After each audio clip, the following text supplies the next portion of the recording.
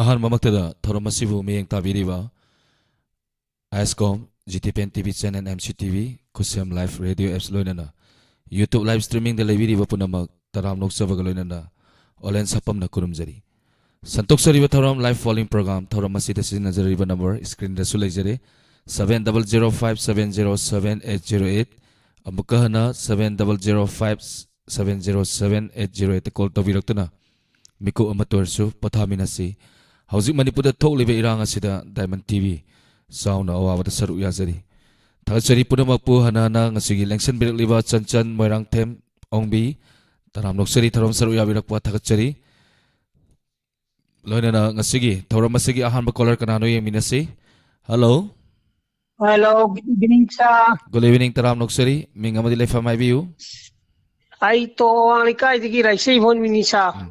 taram noksari kari mathal sabirage Sa nga sisi koy kangaw amaga dagi hangam gujiki ingdam dhagi athot pa hangam koy ga chajare sa.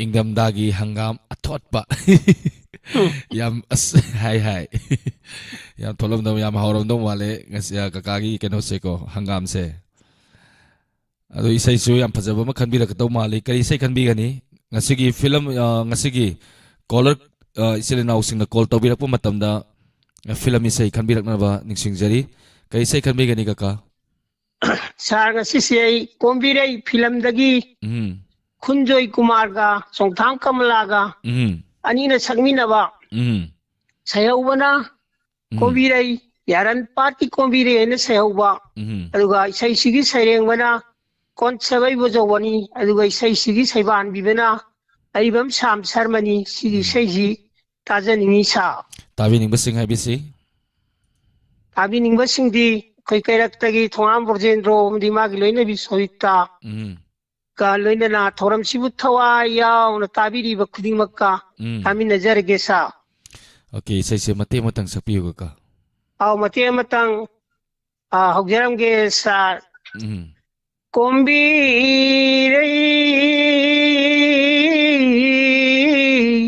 yaran pati kombiray pai mapuni nungolay momonogliye pakong chaliye momonogliye pakong chaliye kari pakong bu salino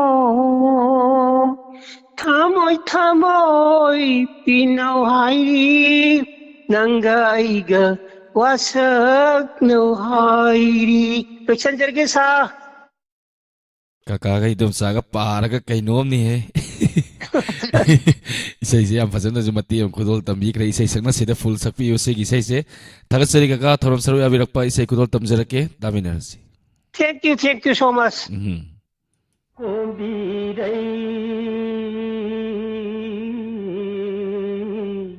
Yaral pati kumbiray pai mapupnulay momonogliye pakong chaliye momonogliye pakong chaliye kari pakong bu salino thamoy pinaw hairi thamoy pinaw hairi nanga aiga wasak no hairi nanga aiga bu wasak no hairi Shingelita janavi Shingelita janavi Ningol pongning khangdiyu Ningol pongning khangdiyu Inja thamonda pakhang namu lachay Inja thamonda pakhang namu lachay Mangana pade tangini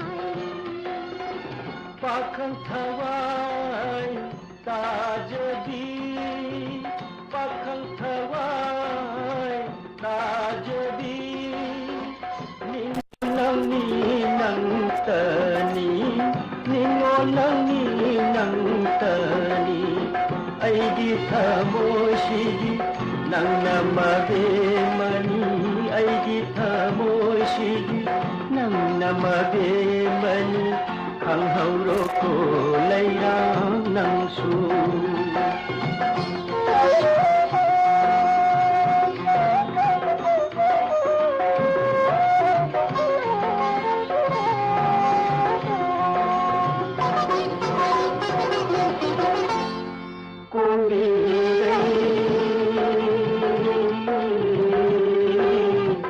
Yaran pati kunilai Panak kunilai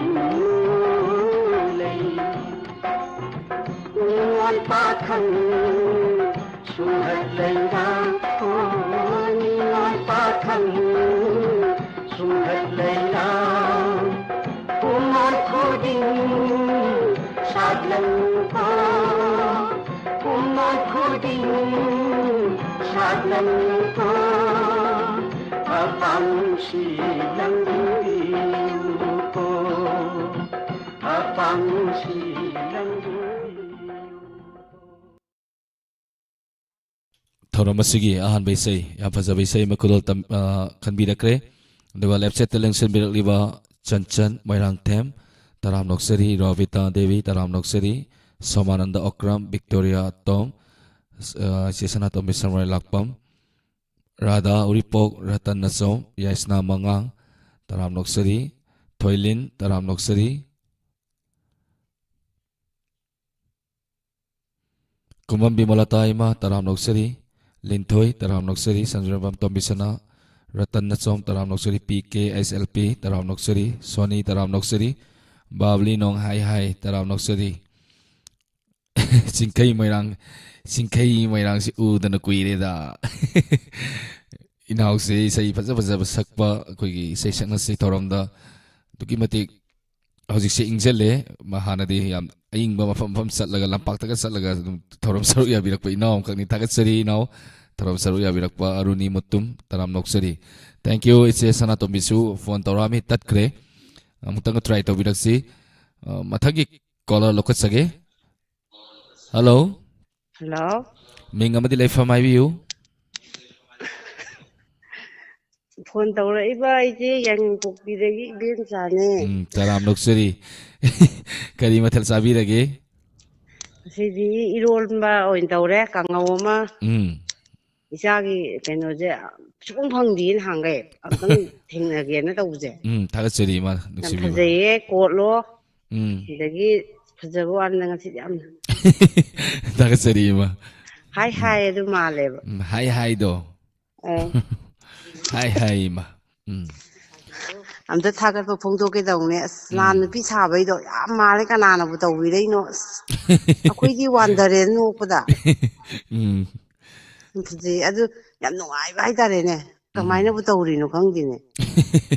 Mayang gi haitare ma ngatang pothana bako imai bel sing TV channel sing gi mamang na miyeng tawa thoram miyeng ta video sing da ngak to su hojik se yang wana ba haitare tholi ba irang tha taru henjalak pa tha tare sujulak doraba masida wakhan je ahal laman sing maru ina ima sing wakhal pothabam khangdaba awabagi awabai wari ngakta nonga madigina numit tawo sum taraga leiba loinana akoi amatoina punsindabagi langla amakhaktan Diamond TV na tingjabani masida koina sigumba kaya se santoksaraga ngak nooga koigi awana takraba sing hojik relief camp da leiriba laikidraba imung singda Diamond TV na leptana mateng pangba chachariba asigidamakta ꯑꯩꯈꯣꯏ ꯁꯨꯃꯥꯏꯅ ꯄꯨꯟꯖꯟꯅꯕꯒꯤꯗꯃꯛꯇ ꯍꯣꯠꯅꯖꯔꯤꯅꯤ diamond ꯇꯤꯚꯤꯅ ꯏꯃꯥ ꯀꯣ ꯉꯁꯤꯁꯨ ꯑꯩꯈꯣꯏ ꯂꯩꯈꯤꯗ꯭ꯔꯕ ꯑꯊꯧꯕ ꯕꯁꯟꯇ ꯃꯈꯣꯏꯒꯤ ꯌꯨꯝꯗ ꯆꯠꯇꯨꯅ ꯑꯩꯈꯣꯏ 50,000 ꯃꯇꯦꯡ ꯄꯥꯡꯖꯔꯤ ꯃꯁꯤꯒꯤ ꯚꯤꯗꯤꯑꯣ ꯍꯌꯦꯡ ꯑꯩꯈꯣꯏ ꯁꯔꯅ ꯄꯨꯛꯅꯤꯡꯒꯤ ꯋꯥꯔꯣꯜꯗ ꯚꯤꯗꯤꯑꯣ ꯈꯨꯗꯤꯡꯃꯛ ꯂꯣꯏꯅ ꯊꯥꯒꯠꯄꯤꯔꯛꯑꯒꯅꯤ ꯉꯁꯤ ꯏꯃꯥ ꯍꯜꯂꯛꯄꯁꯤ ꯀꯨꯏꯖꯗ꯭ꯔꯤ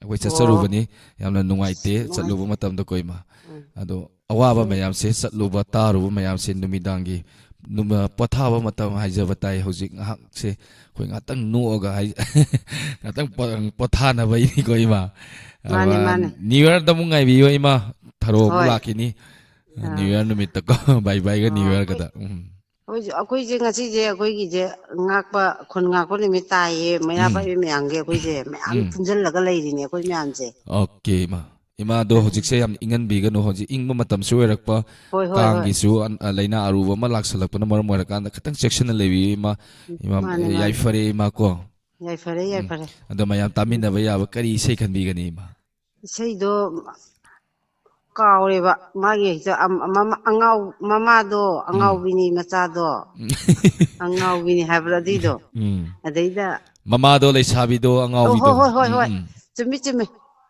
ꯇꯥꯕ ꯈꯛꯇꯅꯤ ꯑꯩꯈꯣꯏꯗꯤ ꯍꯩꯇꯕꯅꯦ ꯑꯗꯨꯝꯕꯁꯦ ꯏꯃꯥꯗꯣ ꯏꯁꯩꯁꯦ ꯀꯅꯥ ꯀꯅꯥ ꯇꯥꯕꯤꯒꯅꯤ ꯇꯥꯕꯤꯅꯤꯡꯕꯁꯤꯡ ꯍꯥꯏꯕꯤꯌꯨ ꯑꯩꯈꯣꯏꯒꯤ ꯃꯩꯔꯥ ꯄꯥꯏꯕꯤ ꯌꯥꯏꯄꯣꯛꯄꯤꯒꯤ ꯃꯩꯔꯥ ꯄꯥꯏꯕꯤ ꯁꯤ ꯂꯩꯔꯤꯕ ꯃꯌꯥꯝꯁꯦ ꯇꯥꯗꯣꯏꯅꯤ ꯑꯗꯒꯤ ꯗꯥꯏꯃꯟ ꯔꯦꯗꯤꯑꯣ ꯇꯥꯔꯤꯕ ꯇꯤꯚꯤ ꯗꯥꯏꯃꯟ ꯇꯤꯚꯤ ꯇꯥꯕꯤꯔꯤꯕ ꯄꯨꯝꯅꯃꯛꯁꯨ ꯂꯣꯏ ꯇꯥꯗꯣꯏꯅꯤ ꯏꯃꯥ ꯍꯧꯖꯤꯛꯁꯦ ꯊꯧꯔꯝꯁꯦ ꯏꯃꯥ ꯏꯕꯦꯜꯁꯤꯡ ꯄꯨꯂꯞ ꯌꯦꯡꯕꯤꯔꯤꯕ꯭ꯔꯥ ꯇꯤꯚꯤꯗ ꯑꯗꯨꯝ ꯌꯦꯡꯕꯤꯔꯤ ꯌꯦꯡꯉꯤꯅꯤ ꯑꯩꯈꯣꯏ ꯃꯌꯥꯝ ꯀꯝꯃꯤꯇꯤ ꯍꯣꯜꯗ ꯑꯩꯈꯣꯏ ꯃꯌꯥꯝ ꯏꯃꯥ ꯃꯌꯥꯝꯕꯨꯁꯨ ꯇꯔꯥꯝ ꯅꯣꯛꯆꯔꯤ ꯊꯦꯡꯛ ꯌꯨ ꯚꯦꯔꯤ ꯃꯆ ꯗꯥꯏꯃꯟ ꯊꯥꯒꯠꯆꯔꯤ ꯇꯤꯚꯤꯕꯨ ꯅꯨꯡꯁꯤꯕꯤꯕ ꯏꯃꯥ ꯃꯌꯥꯝꯅ ꯊꯧꯔꯝ ꯑꯁꯤꯕꯨ ꯃꯤꯠꯌꯦꯡ ꯇꯥꯕꯤꯕ ꯗꯥꯏꯃꯟ ꯇꯤꯚꯤꯒꯤ ꯁꯟꯇꯣꯛꯆꯔꯤꯕ ꯏꯃꯥ ꯉꯁꯤꯒꯤ ꯏꯟꯁꯄꯦꯛꯇꯔ ꯇꯌꯥꯏ ꯇꯥꯕꯤꯌꯨ ꯃꯌꯥꯝ ꯍꯧꯖꯤꯛ ꯉꯁꯤ ꯂꯩꯕ ꯃꯇꯝꯗ ꯍꯣꯔꯦꯟ ꯏꯟꯁꯄꯦꯛꯇꯔ ꯇꯌꯥꯏ ꯋꯥꯔꯤ ꯀꯞꯅꯗꯣꯏꯅꯤ ꯍꯣꯔꯦꯟ ꯇꯥꯕꯤꯗꯕ ꯉꯁꯤꯁꯦ ꯌꯥꯗꯦꯀꯣ ꯏꯃꯥ ꯌꯦꯡꯒꯦ ꯌꯦꯡꯒꯦ ꯑꯣ ꯃꯇꯦꯛ ꯑꯃ ꯅꯪꯁꯜꯂꯛꯑꯒꯦꯀꯣ ꯏꯁꯩꯁꯤ ꯃꯇꯦꯛ ꯑꯃꯇꯪ ꯅꯨꯡꯉꯥꯏ ꯁꯛꯄꯤꯌꯨ ꯏꯆꯥꯗꯤ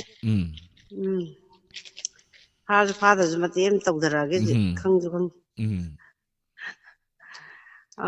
ꯃꯌꯥꯏ ꯊꯤꯉꯥꯡꯗꯒꯤ ꯍꯦꯛꯇ ꯍꯧꯔꯛꯀꯦꯀꯣ ꯑꯩꯒꯤ ꯊꯃꯣꯏ ꯂꯥꯌꯨꯝꯆꯤ ꯃꯔꯨꯞ ꯁꯥꯁꯤꯟꯅꯕ ꯑꯃꯇ ꯈꯥꯛꯇꯅ ꯍꯨꯕꯤꯔꯦ ꯃꯈꯥ ꯇꯥꯔꯛꯑꯣ ꯊꯝꯖꯔꯒꯦ ꯊꯥꯒꯠꯆꯔꯤ ꯏꯃꯥ ꯊꯧꯔꯝ ꯁꯔꯨꯛ ꯌꯥꯕꯤꯔꯛꯄ ꯊꯥꯒꯠꯆꯔꯤ ꯊꯥꯒꯠꯆꯔꯤ ꯊꯧꯔꯝ ꯏꯁꯩ ꯈꯨꯗꯣꯜ ꯇꯝꯖꯔꯛꯀꯦ ꯏꯃꯥ ꯄꯨꯟꯅ ꯇꯥꯃꯤꯟꯅꯔꯁꯤ ꯃꯁꯤꯅꯤ ꯑꯩꯈꯣꯏꯅ ꯄꯥꯝꯖꯔꯤꯕ ꯏꯃꯥ ꯏꯕꯦꯜꯁꯤꯡ ꯉꯥꯏꯍꯥꯛꯇ ꯑꯣꯏꯔꯁꯨ ꯄꯣꯊꯥꯕꯤꯕ ꯉꯥꯏꯍꯥꯛꯇ ꯑꯣꯏꯔꯁꯨ ꯅꯣꯛꯑꯒ ꯂꯩꯅꯕ ꯍꯣꯠꯅꯖꯕꯅꯤ ꯑꯗꯨꯒ ꯉꯁꯤꯁꯦ ꯂꯥꯏꯞ ꯁꯦꯠꯇ ꯑꯅꯧꯕ ꯌꯥꯝ ꯂꯦꯡꯁꯤꯟꯕꯤꯔꯛꯏ ꯃꯔꯛꯇ ꯄꯥꯖꯔꯛꯀꯦ ꯏꯁꯩ ꯈꯨꯗꯣꯜ ꯇꯝꯖꯒꯦ ꯄꯨꯟꯅ ꯇꯥꯃꯤꯟꯅꯁꯤ ꯌꯦꯡꯂꯨ ꯈꯨꯗꯤꯡ ꯅꯪꯒꯤ ꯁꯛꯇꯝ ꯑꯩꯒꯤ ꯊꯃꯣꯏ ꯂꯥꯌꯨꯝꯁꯦ ꯃꯔꯨꯞ ꯁꯥꯁꯤꯟꯅꯕ ꯅꯍꯥꯛꯅ ꯑꯃꯇ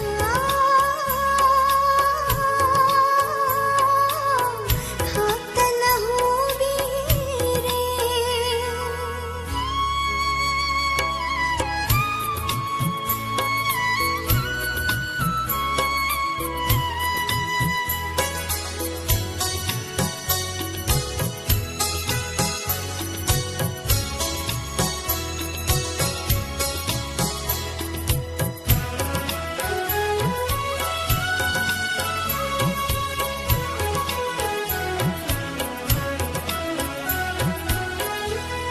ꯑꯉꯧꯕ ꯆꯦꯕꯥꯡ ꯊꯃꯣꯏꯗ ꯌꯦꯛꯈꯔꯦ ꯅꯪꯒꯤ ꯐꯖꯕ ꯑꯩꯒꯤ ꯃꯤꯠꯌꯦꯡꯗ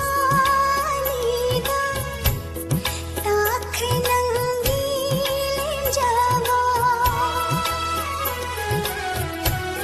ꯑꯉꯧꯕ ꯆꯦꯕꯥꯡ ꯊꯃꯣꯏꯗ ꯌꯦꯛꯈ꯭ꯔꯦ ꯅꯪꯒꯤ ꯐꯖꯕ ꯑꯩꯒꯤ ꯃꯤꯠꯌꯦꯡꯗ ꯇꯥꯈ꯭ꯔꯦ ꯅꯪꯒꯤ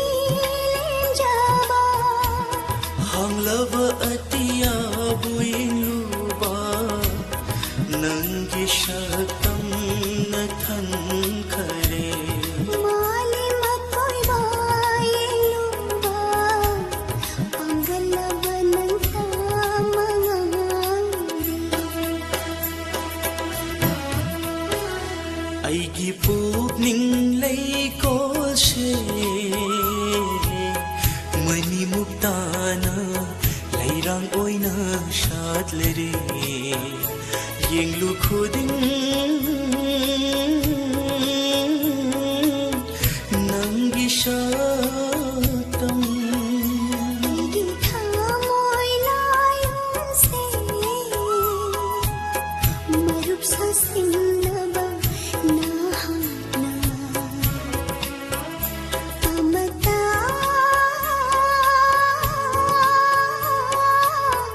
ꯈꯥꯛꯇꯅ ꯍꯣꯕꯤꯔꯦ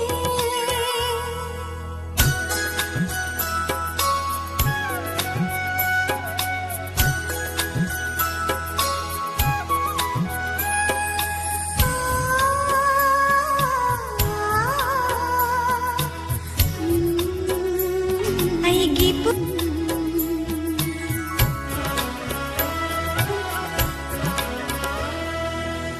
ꯉꯥꯏꯕꯒꯤ ꯃꯩꯆꯥ ꯑꯋꯥꯕ ꯈꯥꯡꯕꯒꯤ ꯄꯟꯈꯩ ꯂꯥꯜꯂꯦꯗꯣ ꯎꯅꯤꯡꯕꯅ ꯄꯥꯝꯃꯨꯕꯤ ꯁꯛꯇꯝꯗꯣ ꯉꯥꯏꯕꯒꯤ ꯃꯩꯆꯥ ꯑꯋꯥꯕ ꯈꯥꯡꯕꯒꯤ ꯄꯟꯈꯩ ꯂꯥꯜꯂꯦꯗꯣ ꯎꯅꯤꯡꯕꯅ ꯄꯥꯝꯃꯨꯕꯤ ꯁꯛꯇꯝꯗꯣ ꯇꯅꯤꯆꯩ ꯊꯃꯣꯏꯁꯦ ꯑꯍꯣꯏꯅꯒꯅ ꯊꯥꯕꯜ ꯃꯉꯥꯜꯕꯨ ꯀꯂꯛꯆꯔꯨꯕꯤ ꯅꯤꯡꯖꯕ ꯃꯪꯂꯪ ꯀꯥꯏꯔꯗꯔꯥ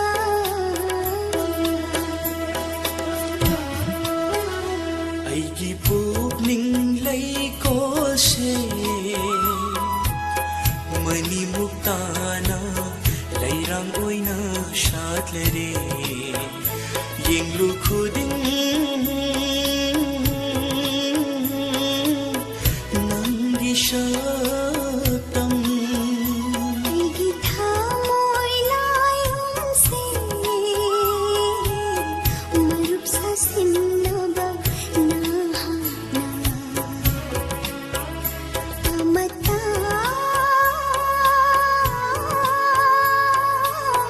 ꯈꯥꯛꯇꯅ ꯍꯣꯕꯤꯔꯦ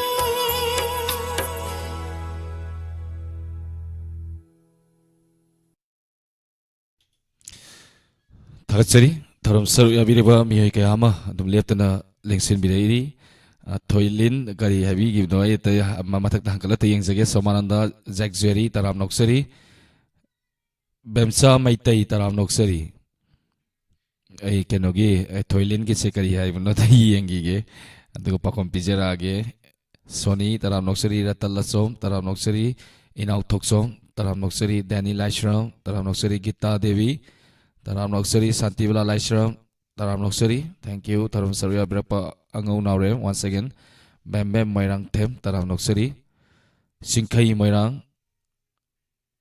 ꯇꯔꯥꯝ ꯅꯣꯛꯆꯔꯤ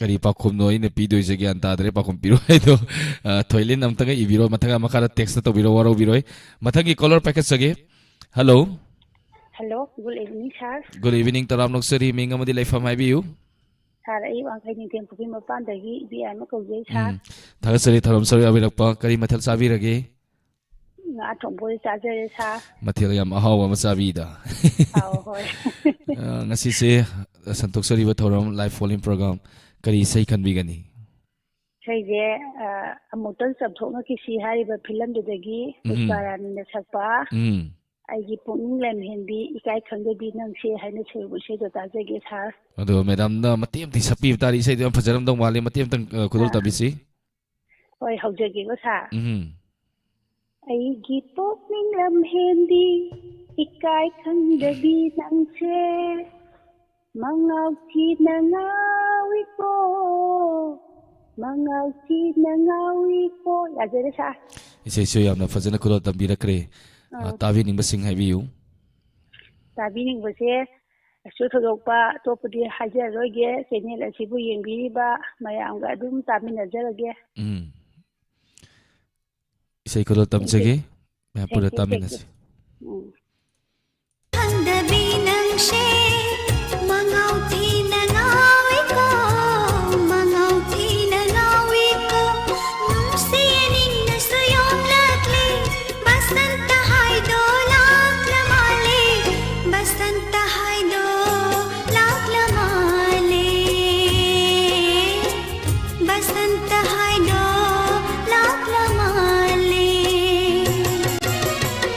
ꯑꯩꯒꯤ ꯄꯨꯛꯅꯤꯡ ꯂꯝꯍꯦꯟꯕꯤ 이까이 ꯈꯪꯗꯕꯤ ꯅꯪꯁꯦ ꯑꯩꯒꯤ ꯄꯨꯛꯅꯤꯡ ꯂꯝꯍꯦꯟꯕꯤ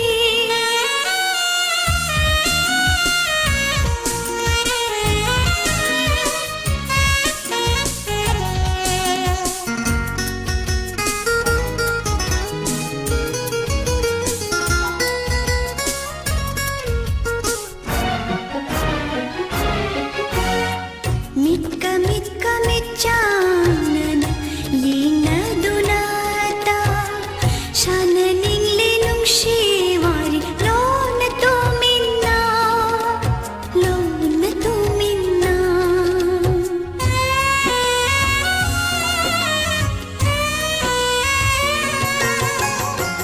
mitka mitka mitjanana yingadunata sananing linung shiwari lona tuminna thaval pure ngauchat nay leichil pure langtak nay nungshi mai thong shu yingning latle thamoi pau shu tamning latle basanta hai do lak lamale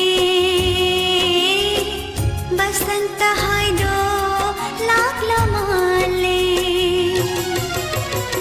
ꯑꯩꯒꯤ ꯄꯨꯛꯅꯤꯡ ꯂꯝꯍꯦꯟꯕꯤ 이까이 ꯈꯪꯗꯕꯤ ꯅꯪꯁꯦ ꯑꯩꯒꯤ ꯄꯨꯛꯅꯤꯡ ꯂꯝꯍꯦꯟꯕꯤ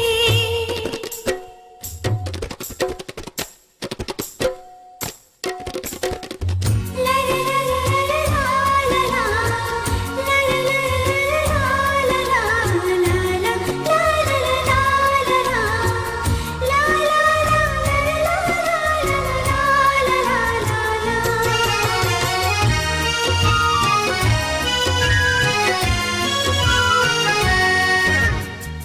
Thimjinba shungamlatari idhantangasi hauratliba nungshi thak ipomarata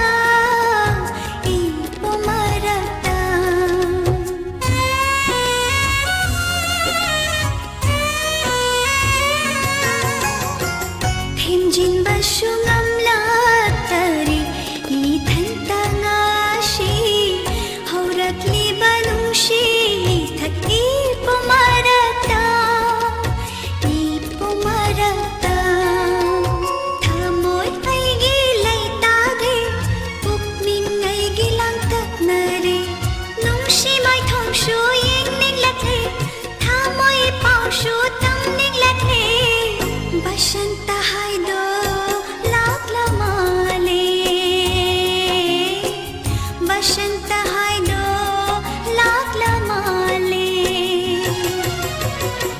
ꯑꯩꯒꯤ ꯄꯨꯛꯅꯤꯡ ꯂꯝꯍꯦꯟꯕꯤ 이까이 ꯈꯪꯗꯕꯤ ꯅꯪꯁꯦ ꯑꯩꯒꯤ ꯄꯨꯛꯅꯤꯡ ꯂꯝꯍꯦꯟꯕꯤ 이까이 ꯈꯪꯗꯕꯤ ꯅꯪꯁꯦ ꯃꯉꯥꯎꯊꯤ ꯅꯉꯥꯎꯏ ꯀꯣ ꯃꯉꯥꯎꯊꯤ ꯅꯉꯥꯎꯏ ꯀꯣ ꯅꯨꯡꯁꯤꯌꯅꯤꯡ ꯅꯁꯨꯌꯣꯡ ꯂꯛꯂꯦ basanta hai do lak lamale basanta hai do lak lamale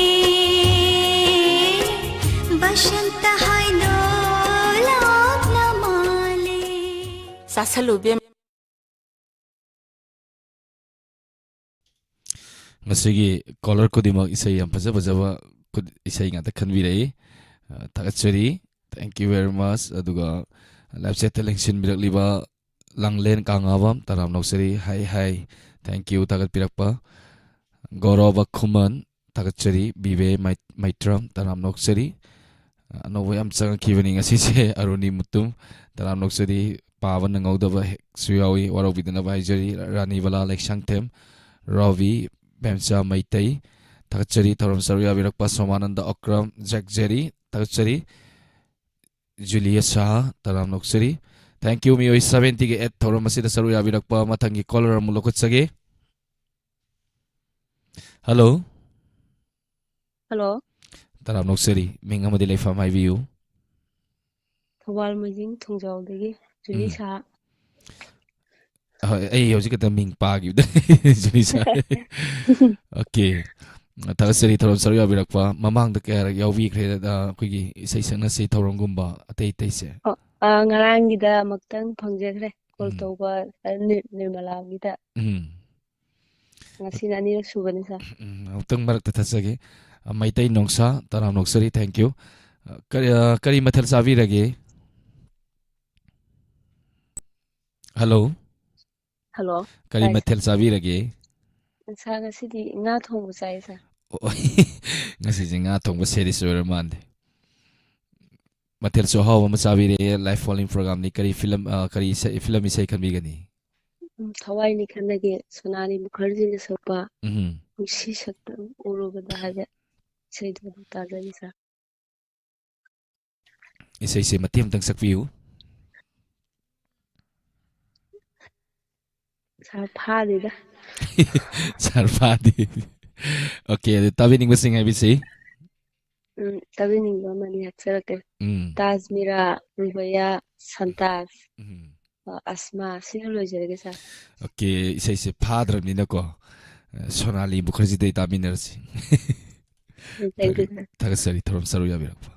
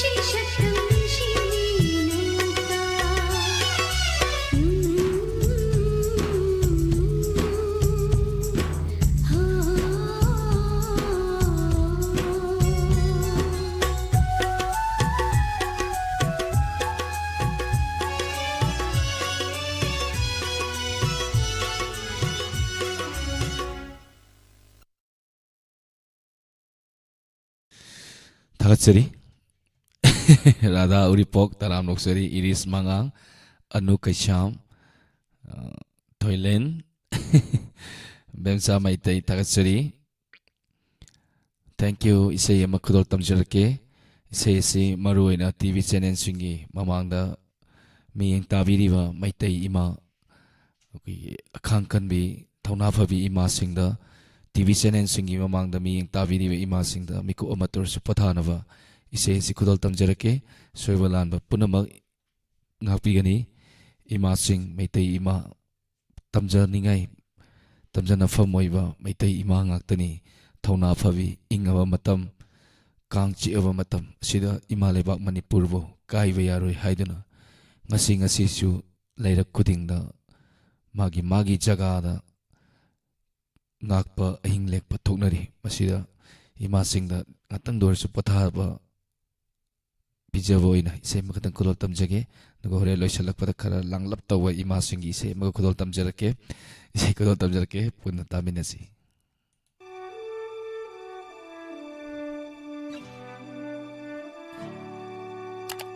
Yang kuina Napau tagidaba amagi isai ni salakade. Thank you ima singga dedicate taujari.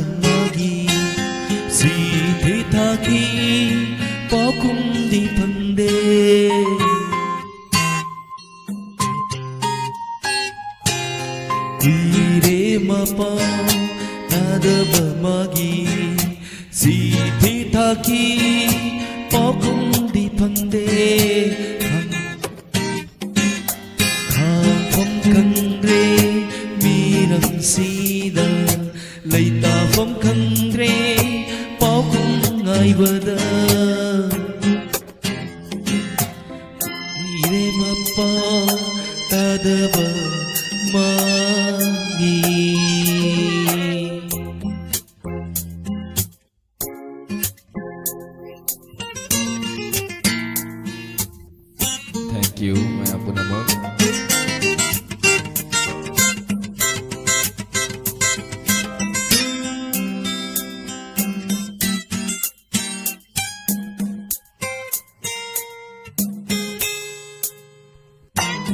Manglandasu toina kurami awa pasaklonda taklami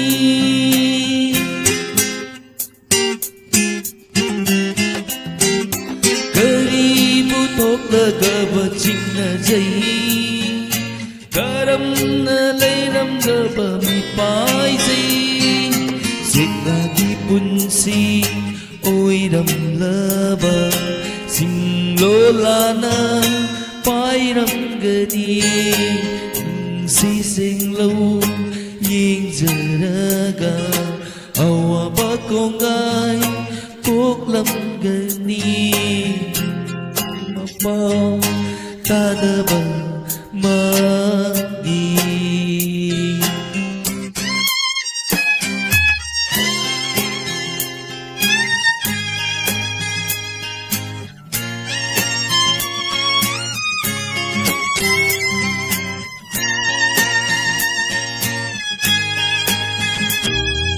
Laklo gaban nandu nuksibi Pong lagi aron ba may sakse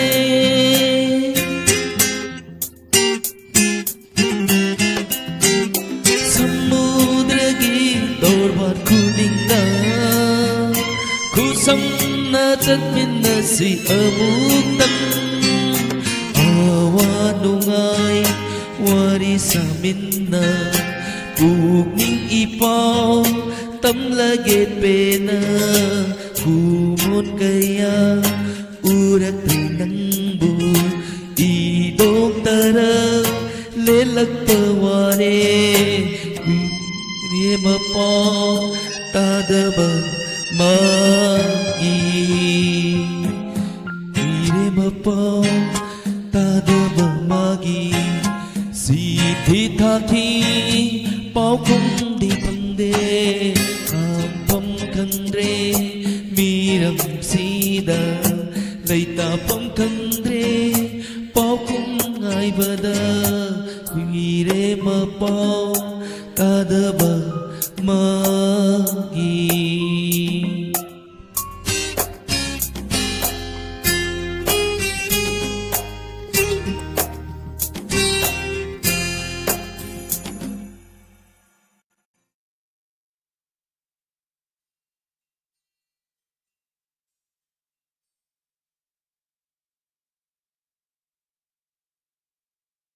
Thank you.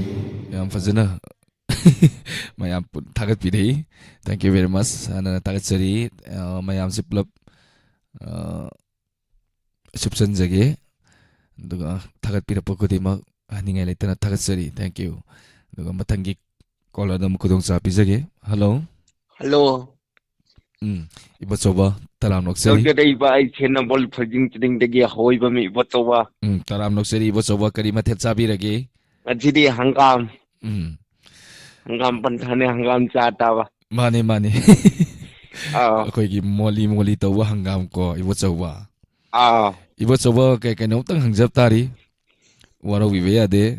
Iba coba iba coba na sumisay kan birak pase ko'y Bridget sorry isay nga ta sum kan Bridget sorry isay se. Ando kay yam pambi ba mali. Okay, tagat seri. Thank you very much. Taram sorry abirapado. Howjik se film isay ni kari isay kan bi gani. Foreign car hadiba ai karnate hadiba film degi amta khan jage. Ado iba coba isay se mati am tang sakpi tari. Ai chakwa hai ki chi chako mathat dom ai kran chakwa hai gade waro bi de dabar. Dobi ubinu. Waro jade. Ado iba coba isay se iba coba nik tabade yaro isay se tabi raga ko. Ngatang din nikpiu isay se am lang wi isay ni kan bi se ado iba coba dance tawro ai so dum dance adum nomake flop saruya biner se tagat sari thorom saruya bira pa isay ko dal tam jarake thabiro yara Panthui biaise taibang parna pugi sintha matung ina ai miram lenda kum lage apo Quran chanduna yumlep sar tamnu rage khumanye ki puri magi taloi oiru rage oi tharai aina miram lenda kum khaba matamda umanglai chate rumpuma thoina khoina moirangi torbungda pamba kai tare saru aduga moirangi phangai ba pundamak si udo sauba nongthon si u thonglen si u moirang ningthau si u aduga puremba budi si unu mahak na ngamhalu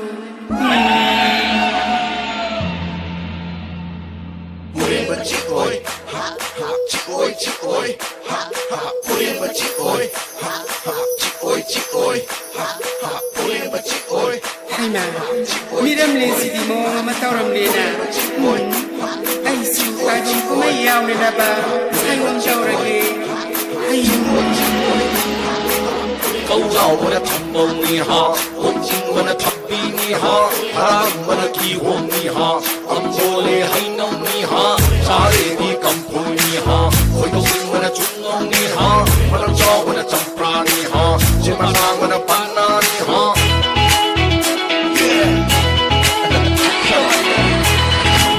Let's try foreign car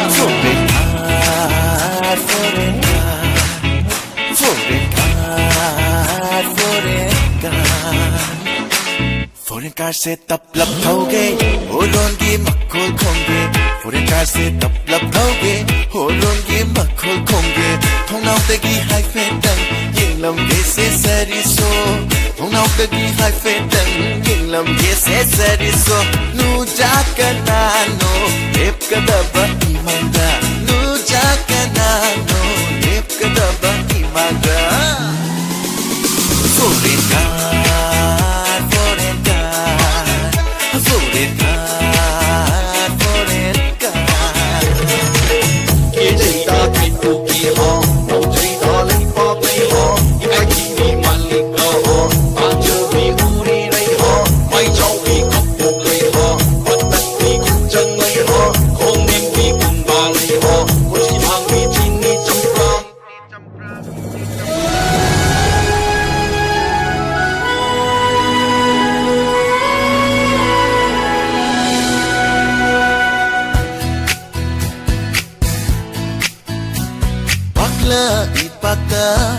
Hijau kongduna Aigi nungsibiga Koiba chatpada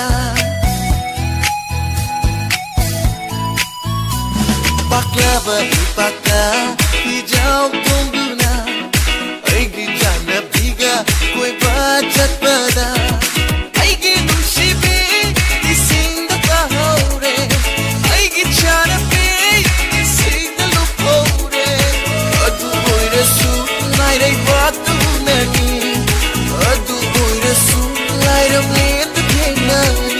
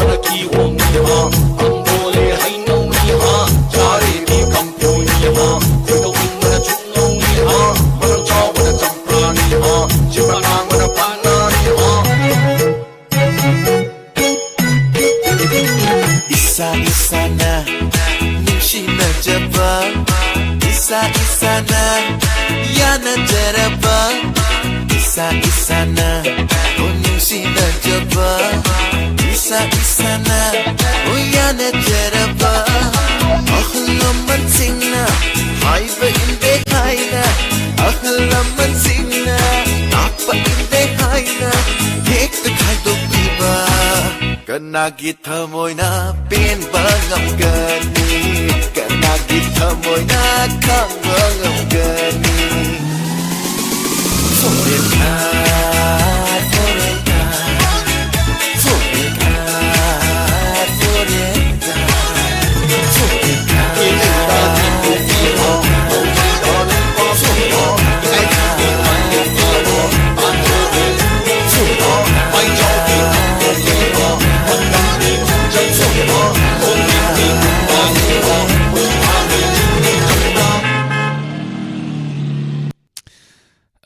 Ibo Chowagi say city could they sell a tavan zoning bazani Inga consider say the tan ziga haitari Punga Yoshala put the way sending them Ziori.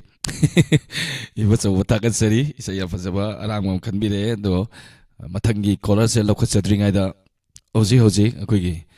Nonini, non suva, Sida quiggy lambi sorokta, like home I zavatai, Labuk Tagi Pukalak, like home sing, and Tukimati.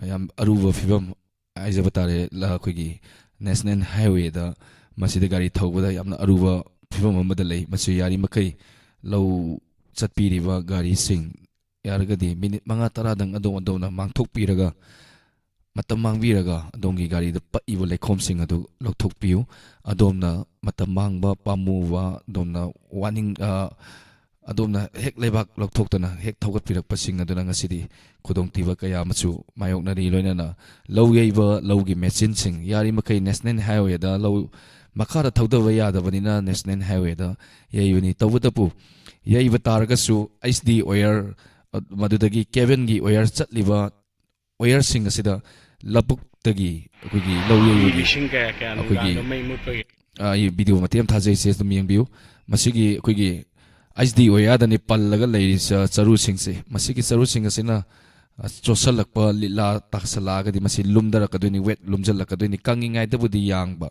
Masina Nongalam Dida Lila Tasalakba or Natragana Nong Susalapa Matam Dadi Yamna problem Oiva Yari Makai Low Masigi Low Mapusing Yari Makai Minute Tara Fadoma de Edisa Yasang Mama Torga Kada Patlo Lokto Pirambada Masigumbasi ay isa-isa katagi khandabada ay isa-isa nungairaga loire na khanbidabida yari makai leimine se mayamni mayamgi katang khanbiyu adomna sida mai mutpa kanda adongi low yaibagi adomna thangkat piramba thambirami ba khudol asina wire tatpa kaigumbada mai mutpa targadi miyoi kaya no mamdoise loinana ngas hojikse tholiba irang asina imaibel sing sorok ꯃꯔꯛꯇ ꯅꯠꯇ꯭ꯔꯒꯅ ꯂꯩꯔꯛ ꯀꯌꯥꯗ ꯑꯍꯤꯡ ꯂꯦꯛꯂꯤꯕ ꯃꯩ ꯃꯝꯃꯒ ꯑꯍꯤꯡ ꯂꯦꯛꯄꯁꯤꯁꯨ ꯀꯌꯥ ꯁꯨꯝ ꯅꯨꯡꯉꯥꯏꯇꯕ ꯐꯥꯎꯏ ꯏꯃꯥ ꯏꯕꯦꯜꯁꯤꯡꯗ ꯃꯁꯤ ꯄꯨꯝꯅꯃꯛ ꯈꯟꯕꯤꯔꯒ ꯂꯧ ꯎꯔꯤꯕꯁꯤꯡꯅꯁꯨ ꯈꯤꯇꯪ ꯒ꯭ꯌꯥꯟ ꯇꯥꯃꯤꯟꯅꯁꯤ ꯊꯥꯒꯠꯆꯔꯤ ꯑꯗꯨꯒ ꯂꯣꯏꯔꯛꯄꯗꯁꯨ ꯏꯁꯩ ꯑꯃ ꯈꯨꯗꯣꯜ ꯇꯝꯖꯔꯛꯀꯦ ꯃꯊꯪꯒꯤ ꯀꯣꯂꯔ ꯑꯥꯐꯇꯔ ꯏꯕꯣꯆꯧꯕꯒꯤ ꯗꯥꯟꯁ ꯇꯧꯈ꯭ꯔꯕ ꯃꯇꯨꯡꯗ ꯃꯊꯪꯁꯤꯅ ꯀꯅꯥꯏ ꯗꯥꯟꯁ ꯇꯧꯗꯣꯏꯅꯣ ꯑꯝꯇ ꯌꯦꯡꯁꯤ hello Hello, good evening, Dale. Evening, Sinkai, Tarhaw Noksari. Sinkai si Udana Kuire, Sinkai, Nungai Viriko. Wait, Dale, some Nungai have the high day and I don't know, some Panglay lady. I can't tell Nungai, but not of Ninako. I don't, my answer don't want I out even in the car. I don't, my shirt of Wayna, some Panglay lady. Tagatsari now, Matam Quirava, Laptop Narosu.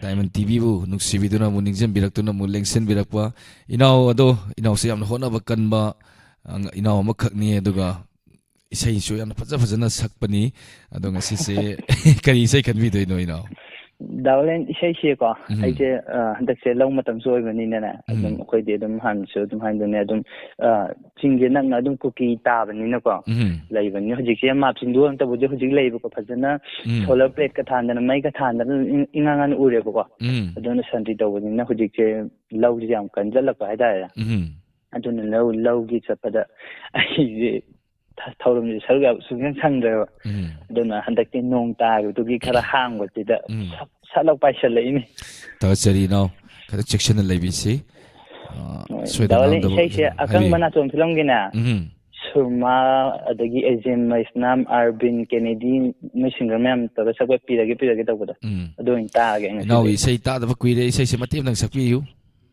Dawlen aije isai je fade ko ado hudi atopa ko lagi isai ta na ise ngang bane to sogi langi awasu adum ma'am punna ngapi gani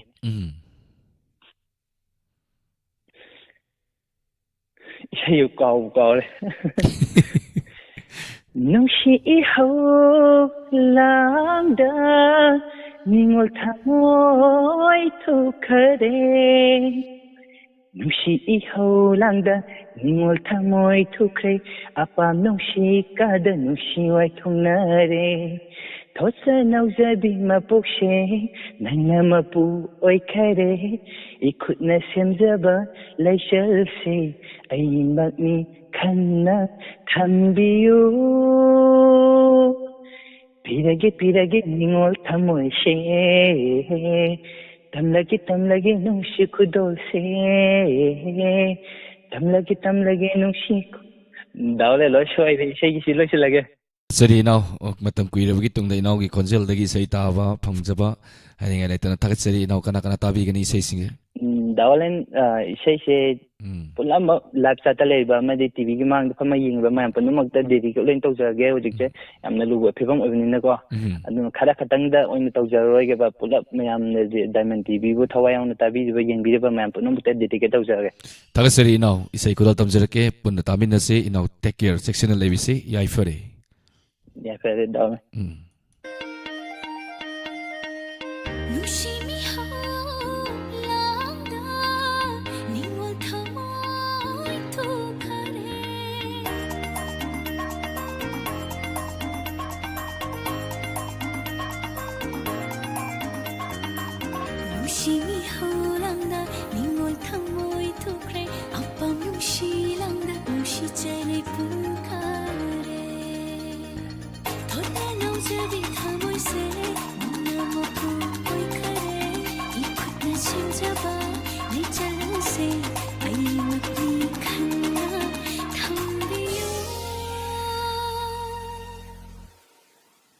pirage ningol thamoy se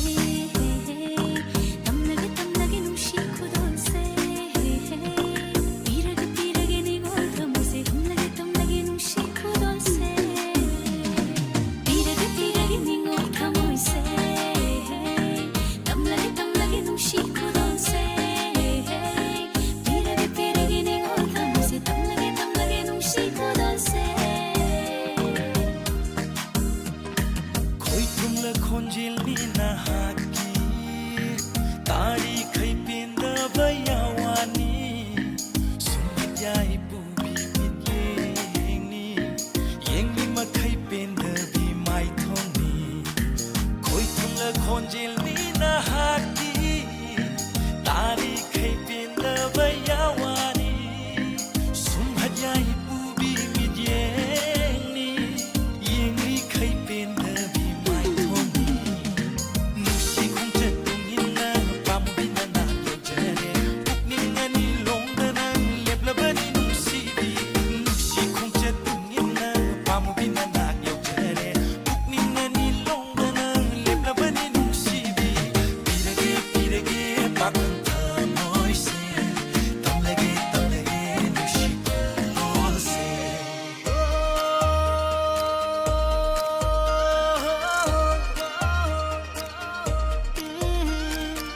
mera gitaril bu mang bi wo tamnagi khonjil gum no bi wo mera gitaril bu man bi wo tamnagi khonjil gum no bi wo nangi nung si tauri na pakang kwang de pun khare mitin karan chanjeroi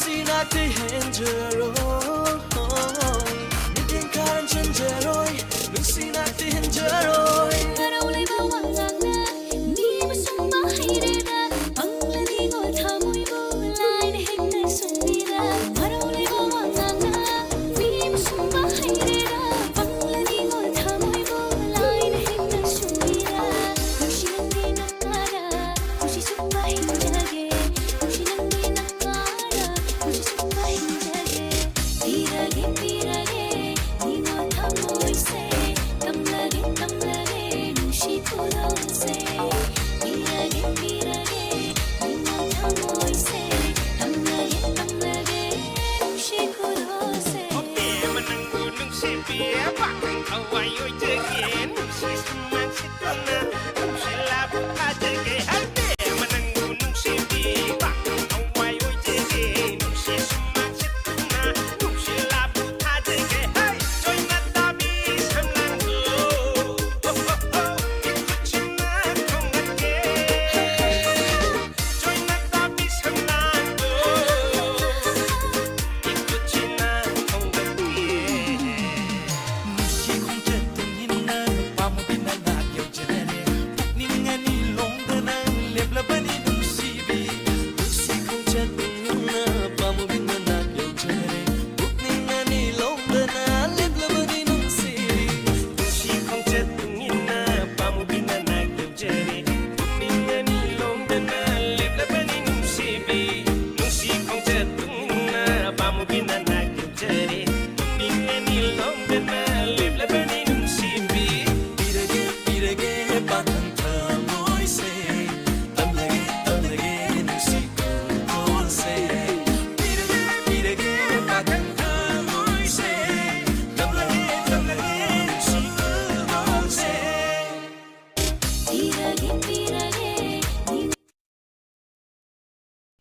ꯌꯥꯝ ꯐꯖꯕ ꯏꯁꯩ ꯑꯃꯁꯨ ꯃꯌꯥꯝ ꯄꯨꯟꯅ ꯇꯥꯃꯤꯟꯅꯈ꯭ꯔꯦ ꯗꯥꯟꯁꯁꯨ ꯃꯌꯥꯝ ꯇꯧꯕꯤꯔꯛꯑꯦ okay thank you ꯏꯆꯦ ꯉꯥꯊꯦ ꯃꯔꯤꯌꯥ ꯍꯥꯏ ꯇꯔꯥꯝ ꯅꯣꯛꯆꯔꯤ ꯏꯆꯦ ꯑꯅꯨ ꯀꯩꯁꯥꯝ ꯇꯔꯥꯝ ꯅꯣꯛꯆꯔꯤ ꯚꯥꯁꯀꯔ ꯇꯔꯥꯝ ꯅꯣꯛꯆꯔꯤ ꯔꯣꯕꯤꯁꯤ ꯉꯁꯤꯗꯤ ꯐꯖꯅ ꯅꯤꯛꯊꯔꯦ ꯃꯊꯪꯒꯤ ꯀꯣꯂꯔ ꯑꯃꯨꯛ ꯂꯧꯈꯠꯆꯒꯦ ꯍꯜꯂꯣ Hello. ꯇꯔꯥꯝ Good ꯅꯣꯛꯆꯔꯤ evening, sir. ꯒꯨꯗ ꯏꯚꯤꯅꯤꯡ ꯃꯤꯡ ꯑꯃꯗꯤ ꯂꯩꯐꯝ ꯍꯥꯏꯕꯁꯤ Sorry, ꯊꯧꯕꯥꯜꯗꯒꯤ ꯊꯧꯕꯥꯜꯗꯣ ꯇꯔꯥꯝ ꯅꯣꯛꯆꯔꯤ ꯀꯔꯤ ꯃꯊꯦꯜ ꯆꯥꯕꯤꯔꯒꯦ ꯑꯌꯨꯛꯇ ꯆꯥꯛ ꯌꯦꯡꯕꯗ ꯆꯥꯛ ꯆꯥꯅꯤꯡꯕ ꯃꯤꯒꯤ ꯑꯣꯏꯅ ꯆꯥꯔꯦ.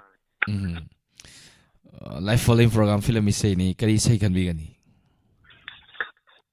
ꯍꯥꯏ ꯁꯨꯁꯇꯤ ꯍꯜꯂꯣ ꯄ꯭ꯔꯤꯇꯤ ꯐꯤꯂꯝꯒꯤ ꯁ꯭ꯔꯤꯕꯤꯅꯥꯒ ꯁꯩꯗꯥꯒ ꯆꯨꯝꯅ ꯁꯛꯄ ꯑꯩꯒꯤ ꯄꯨꯛꯅꯤꯡꯉꯩꯒ ꯋꯥꯈꯜ ꯇꯧꯕ ꯏꯁꯩ.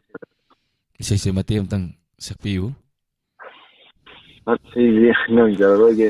ꯑꯩꯒꯤ ꯄꯨꯛꯅꯤꯡ ꯑꯩꯒꯤ ꯋꯥꯈꯜ ꯂꯩꯇꯥꯐꯝꯕꯨ ꯈꯪꯗꯔꯦ. ꯇꯥꯕꯤꯅꯤꯡꯕꯁꯤꯡ ꯍꯥꯏꯕꯁꯤ ꯏꯁꯩꯁꯦ ꯑꯩꯒꯤ ꯏꯆꯟ ꯌꯥꯏꯁꯅꯥꯝ ꯃꯉꯥꯡꯗ ꯗꯤꯗꯤꯀꯦꯠ ꯇꯧꯔꯒꯦ. ꯒꯨꯋꯥꯍꯥꯇꯤꯗꯒꯤ ꯖꯦꯕꯦꯝꯆꯥ, ꯀꯣꯜꯀꯇꯥꯗꯒꯤ ꯀꯤꯌꯥꯅꯨ,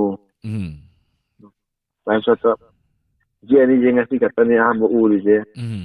Yanuna Katadagini, Sirentana, Quati, take it. Thursday, say, Kudal Tanjake, Punataminasi. Thank you, sir.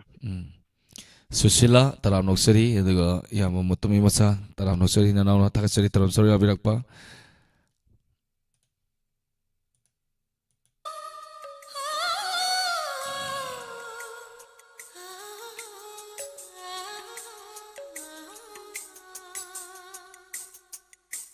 Aigi puting, aigi wakal, kotha ambo khandare. Aigi puting, aigi wakal, kotha ambo khandare. Nushitha hauratle, thamoye de gaurele.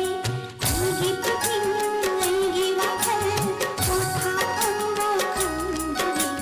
Nushitha hauratle, thamoye de gaurele.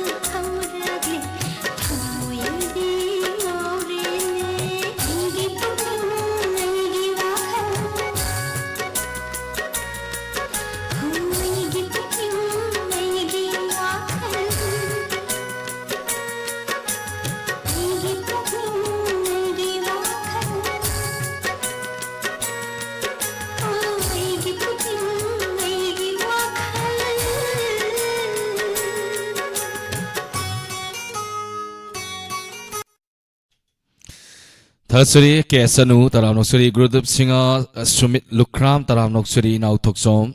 Thank you. Taram Saruya Birakpa Hanana Thasuri Vaskar Taram Noksuri. Thoramasigi Areva Color Lokutsagi.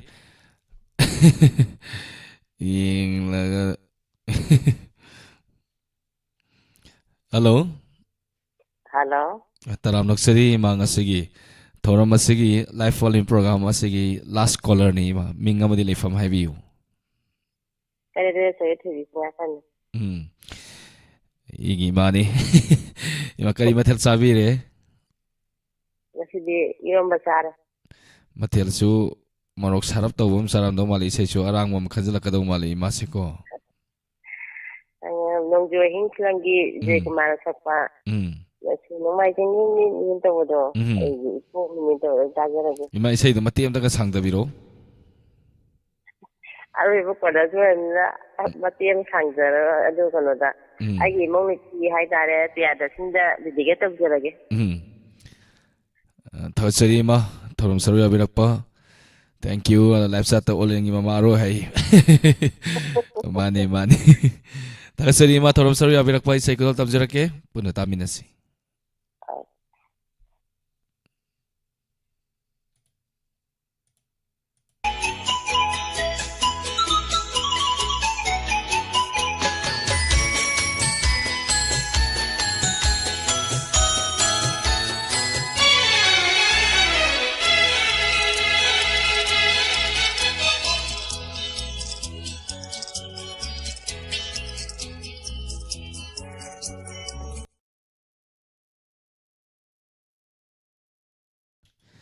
Si, yang pasabi say ni, sa ikut tang jarake.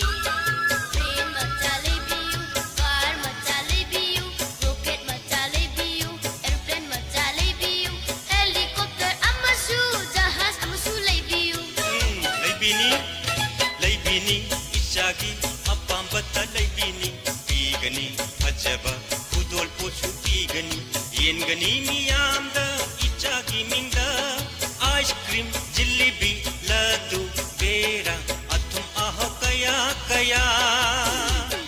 Ichagi punchi sang na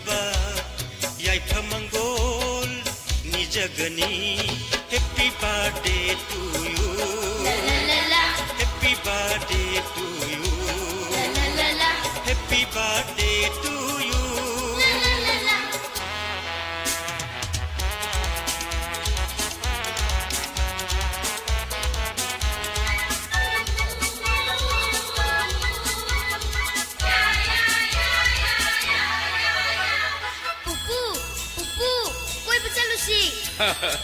कोइरुनी येंगुनी इशुगा कोइरुनी लोका पतु येंगुसी पुपु थांग करang कोइरुसी पुपु सेंद्रा चिंग कारुसी पुपु कै पुल्लम जाव यौरुसी पुपु संgai macha kayaga lamjin yang botanage kanana ngamge yengnege येंगलुनी कोइरुनी मफम खुदिंग यौरुनी इशुगी अनिंगबा अपाम्बता थुंगनी पुबिनी चनिंगबा मफम खुदिंदा मालेमगी अंगकपा कया कया येंगहनगनी पुपु आइना इशु दे लौसिंग चंग खोनबा मिथोय मिहेन कोइहनगनी happy birthday to you happy birthday to you happy birthday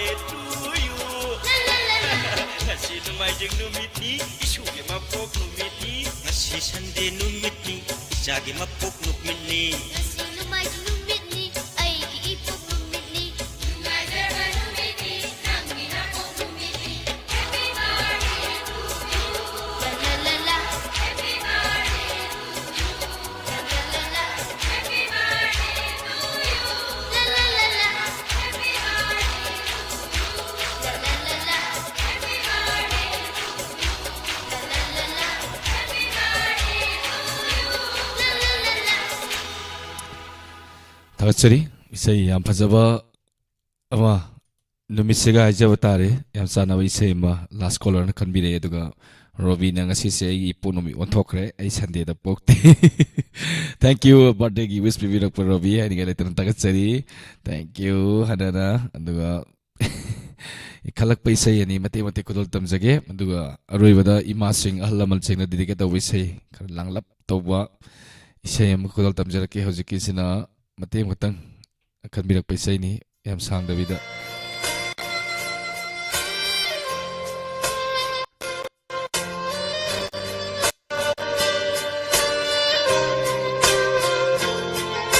ibu nungsiba tambiriba lunthoktraba saktamni nahakti nogliba minota kangau na hale ibu mafam kanda ibu nungsiba tambiriba lunthoktraba saktamni nahakti nogliba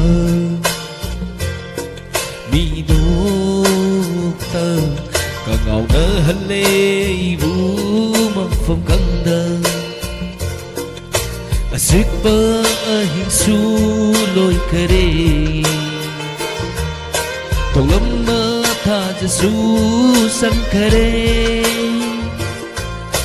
asikpa ahing suloy kare tolam na thaja su sankare adudu aduna leihore na koksina pamubi nangi wahai sing pamubi nangi wahai sing pamubi nangi wahai sing pamubi nangi wahai sing oh oh oh yeah yeah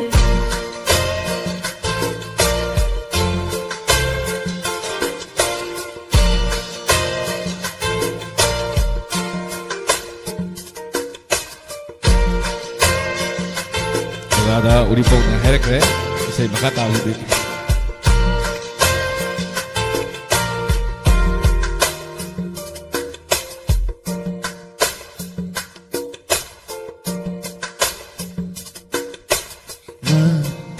Tuna ay giling zuna inatafang liboy ning lure hang labang at tiyada ying kalubang ng isatam na pagkari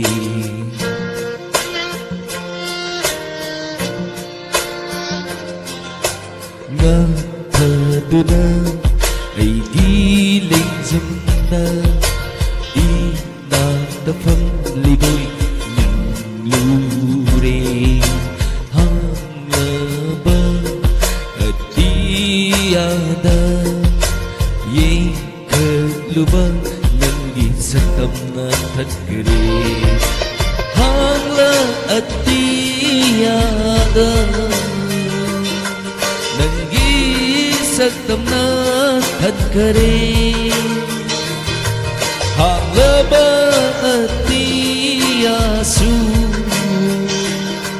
Nanggi saktam na tadkare Oh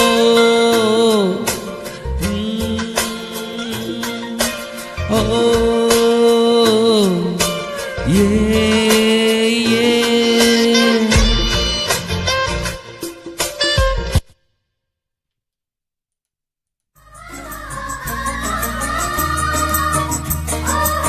Senado Goisage, Imasinda Didike Tazari.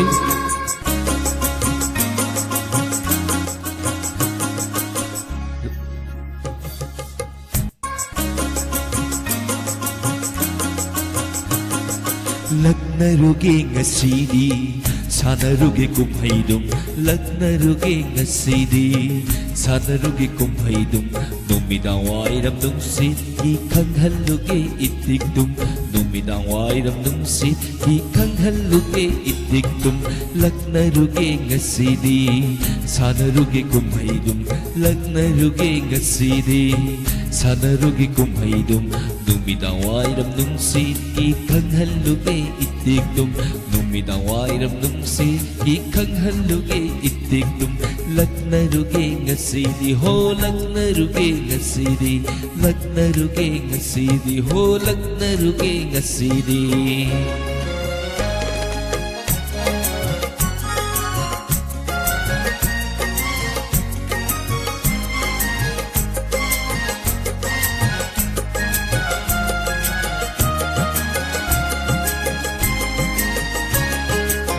Halup saba salup sing tangkalugi kunyada Halup saba salup sing tangkalugi kunyada Upul toy na saidona Upul toy na saidona Langkalugi kunyada Upul toy na saidona Upul toy na saidona Langkalugi kunyada Lagnaruge ngasidi Sanarugi kumhaidum Lagnaruge ngasidi Sanarugi kumhaidum Numinawai ram nung sit Ikang haluge itigdum Numinawai ram nung sit Ikang haluge itigdum Lagnaruge ngasidi Ho lagnaruge ngasidi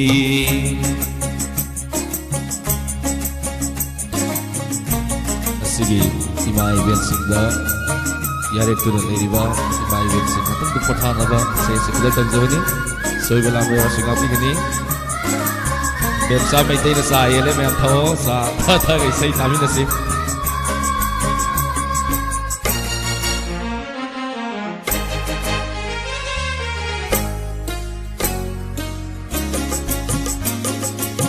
Laikol ko ding sandunan Layrang tabong higlugi Laikol ko ding sandunan Layrang tabong higlugi Ko'y mo sa'yo talugi Irang pambit sa irugi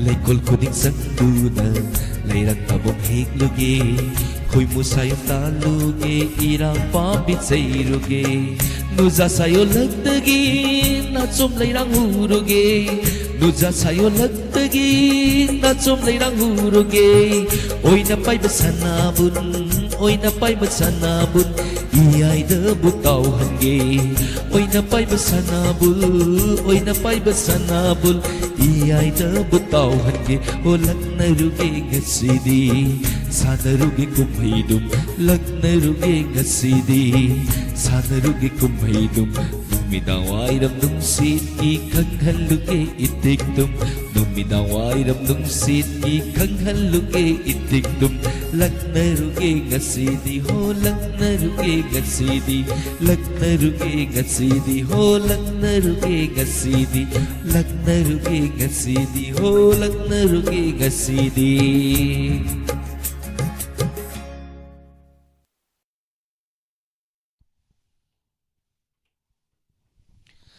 Taksari may apo na magna haitay ta kudol tamjaba imasing da dedicate ta wisay kudol tamjaba da may apo na magna takat pirakpa ay nga lite na taksari. Thank you very much ming oina amam ta sung patok sa rege mati em pazaro mage amba puja bibe mai metrom santibala somanandra sengate maria yasna mga pomela iris mga hanjan panaraba kangde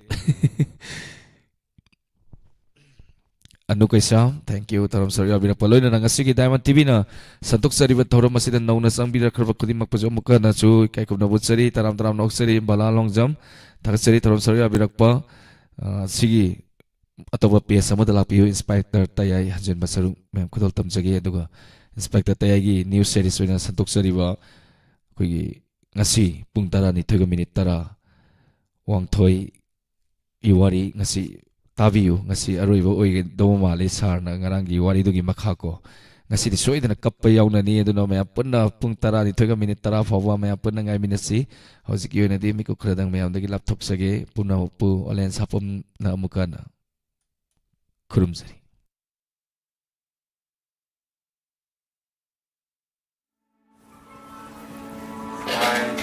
Hello. I was in Manipur College BA first semester tamjari. I was yoga sanari. Jennings ta hoji aina MBBS course tamjari. I never thought about my looks, like whether I'm ugly or whether I'm beautiful. Or almost all the time, I has a tea and I hana dum kanje. Insecurity ay tare moles yam lay ko. I adum noi kholai ado isana dum khang ne ba noi kholai self-confidence yam mangi, self-esteem yam hantay. Professional makeup oy nem ta tawdre. Adum kening ba phawe ai gi so apam oi banina.